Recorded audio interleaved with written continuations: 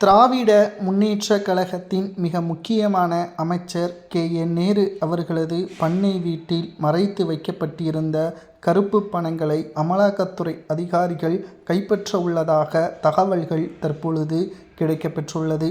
வேலை வாங்கி தருவதாக 35 லட்சம் ஒரு நபரிடம் பெற்று ஏமாற்றியதாகவும், ஆனால் கணக்கில் வராமல் பல நபர்களிடம் பல லட்சங்கள் என்று பல கோடிகளை கே.என். நேரு உள்ளிட்ட பல தி.மு.க.வின் முக்கிய அமைச்சர்கள் பெற்றிருப்பதாகவும், இதனால் முறைப்படி படித்து தேர்வுகளை எழுதி அதற்காக காத்து கொண்டிருக்கின்ற மாணவர்களது எதிர்காலம் கேள்விக்குறியாகவே மாறி வருகிறது.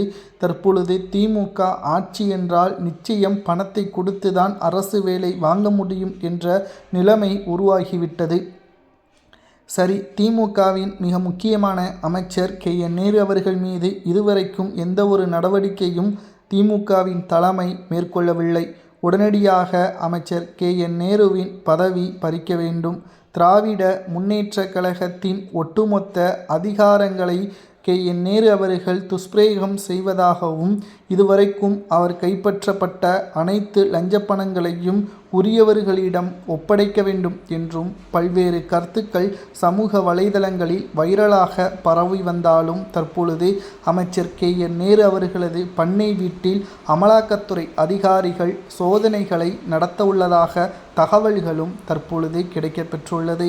இந்த சோதனையில் கட்டுக்கட்டாக பணங்கள் கைப்பற்றப்பட்டால், வயது மூப்பின் காரணமாக அவராய் சிறையில் அடைக்கப்பட்டால் நிச்சயம் வழிதாங்காமல் பல உண்மைகளை வெளிக்கோர வரும். அப்படி உண்மைகளை வெளியிட்டால் அது தி.மு.க.வின் தலைவர் ஸ்டாலினுக்கும் மிகப்பெரிய ஒரு சிக்கலாகவே மாறும். தமிழக மக்கள் நமது எதிர்காலம் மாறும் என்பதனால்தான் உதயநிதி அவர்களாலும் ஸ்டாலின் அவர்களது பேச்சாலும் கடந்த சில ஆண்டுகளாகவே தி.மு.க.விற்கு ஓட்டுக்களை செலுத்தினார்கள். ஆனால் இப்பொழுது தலைகீழாகவே மாறிவிட்டது தி.மு.க.வின் நிலைமை.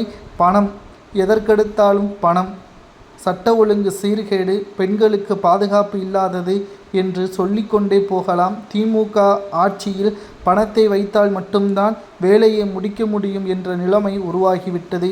தி.மு.க.வின் அமைச்சர் கே.என். நேரு அவர்களது வீட்டில் கருப்பு பணங்கள் கைப்பற்றப்பட்டால் அவருக்கு என்ன தண்டனை வழங்கலாம் என்பதை கமெண்ட் வாயிலாக கூறுங்கள்.